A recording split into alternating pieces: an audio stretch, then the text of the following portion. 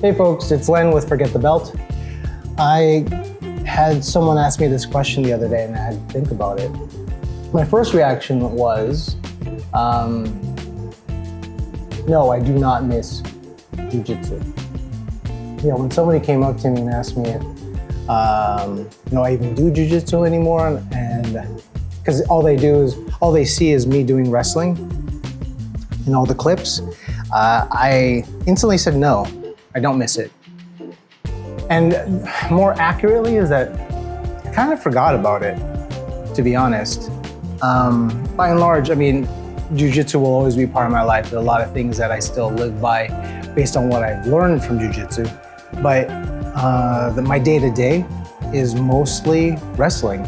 And it served me really well in keeping me safe and keeping me healthy for the past couple of years. Ever since I've had to stop real training in Jiu-Jitsu.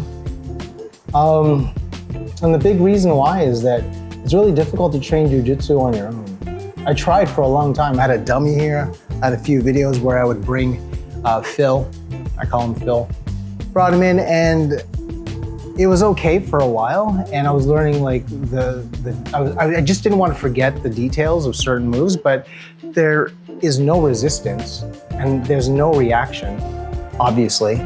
And it got really boring after a while because I had to make that intensity.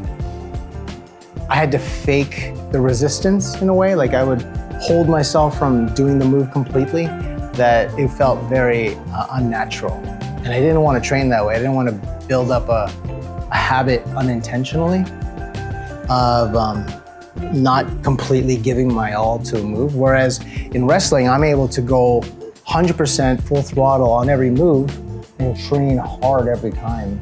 If you're serious about training at all and learning quicker, videotape yourself. Just watch yourself move and see if it looks right? If what you imagine in your head versus what you see in the video, or even just a mirror, those are really easy ways to be able to correct yourself. Because it's hard to gauge if you got yourself in the right position or if you're developing, again, the wrong habits. But with wrestling, for the most part, you can savage your way through a lot of these moves and it's quite effective on the mats versus Jiu-Jitsu. It's just really difficult to do on your own.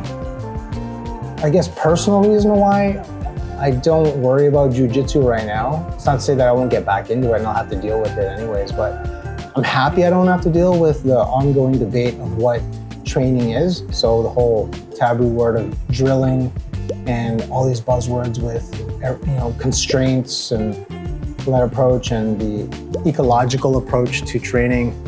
I'm not gonna say that I know enough about that, but what I do know is it's distracting. I think it confuses the real purpose of just getting on there and doing the work, good, bad, or ugly. I feel like you just need to get more, efficient at a move, and the only way to get efficient is if you just keep doing the move. At the end of the day, the repetition is what counts.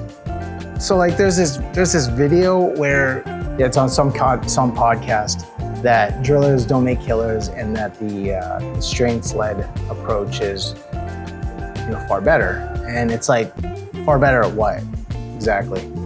Because in my eyes, it's just semantics. They're really the same. And I know that drilling is pretty broad these days. A lot of people find drilling to mean so many different things.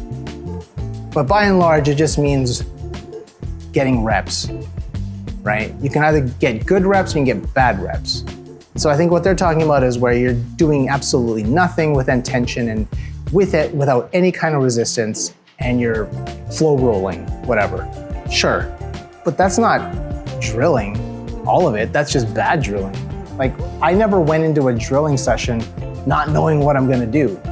Like, I always had an intention of why I'm doing something. So if I wanted to get a Kimura, I'd get into a position or the back take or something, and I wanted to choke, I put myself in that position, and then I say, try to defend it. And so that other person gets to practice defending while I practice my offense. That's drilling, it's training, and the resistance can vary. If you got the constraints-led approach where they micromanage it and they tell you, I need you to be in this position, I need you to have your arm here, I need you to be playing this game or whatever, sure. If you need everything to be painted out for you that way and you need rules, sure, fantastic. But aren't they the same? Like, really think about it. Isn't it the same if you're doing it right? You could also do constraints-led wrong. You could still be just as confused, couldn't you? I think the people that are like so over the top with the drilling, they, you know, like just mindlessly going through it, that's not good too. But it's all the same. Like, bro, calm down. It's just all the same.